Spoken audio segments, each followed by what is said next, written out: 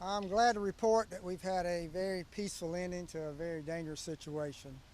We were able to get the suspect out of the residence. He is alive. We did not have to fire any shots. We used a lot of tear gas and a lot of our equipment to be able to go in and get him and have him under arrest. Um, at this point, he's being transported to the hospital. When he is released, he'll be charged with aggravated domestic criminal violence. We did recover firearms from inside the residence. He was posting stuff, making text messages, and there was lots of threats being made. That made it even more of a dangerous situation because of the mindset that he had. Uh, our guys and girls did a great job. We showed a lot of patience. We tried talking him out. When they didn't work, then we had to use what we call non-lethal force and equipment, and that was the tear gas we were able to put in there, and then that allowed our deputies to eventually go in and find him. He was in a bathroom. He was coherent, and we were able to get him out and get him out very safely. So a good ending to, again, a very dangerous situation. Everybody's safe. The neighborhood now will eventually get back to normal. Unfortunately, we have to disrupt that whole neighborhood. We have to evacuate people. People can't go to their homes. So it's been quite a few hours now that whole neighborhood's been under siege. But that's what you have to do in situations like this to make sure that we don't have anybody hit with stray bullets. But no bullets were fired by the sheriff's department. The suspect did fire some rounds early on, and then also once we got there, we heard some rounds being fired too.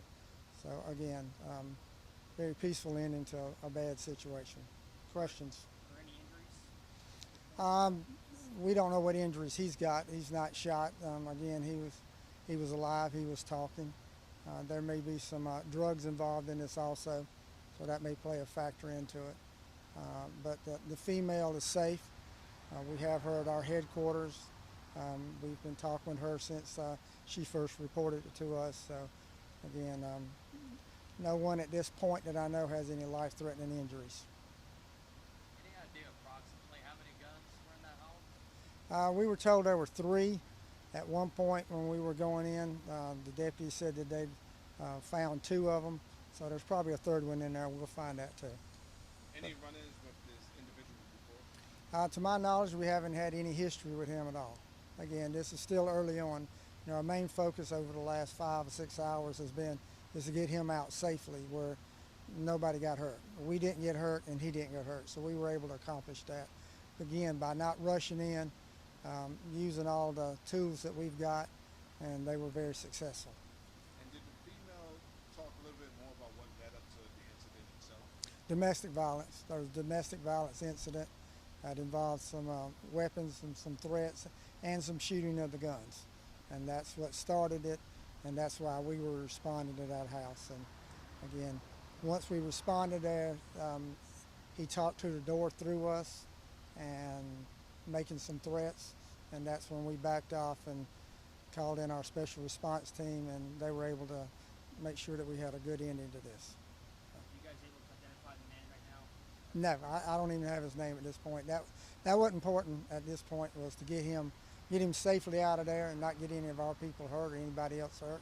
So we've got him out now. So investigations will take it over. He's on the way to the hospital, and we have deputies that are with him. He'll be treated, and then he'll be charged once we're able to charge him. For this type of situation, could you briefly talk about the training that it takes for you guys to go in and leave out with a peaceful ending, even though this individual had shots fired? We have a full-time special response team. Sometimes it's called SWAT team. We call it SRT, Special Response. They train every day. This is what they train for. They have the equipment, they have the training to be able to go into situations like this and end them peacefully. And that's the goal all the time, is to end them peacefully. Unfortunately, sometimes that doesn't happen. That's dictated by the suspect. Today, we were able to peacefully end it without anybody getting hurt. But we train for this. You see us hot. They have lots of equipment on, so we're running teams in and out, making sure that they hydrated and taking care of them. So we don't want to lose any of our people to heat exhaustion either. So that's a concern for us. But fortunately today, everybody's in good shape. Any of the surrounding homes that had to evacuate, are they able to get back in safely now? Or? Not quite yet. We're still got to decontaminate the house. It's full of tear gas. We got to secure the area, get whatever evidence we have to do. So hopefully it won't be too long. You know, we still have sheriff deputies on the scene. The fire department's there. EMS is left at this point, but we still have the fire department, sheriff's department working hand in hand. All right. Thank y'all.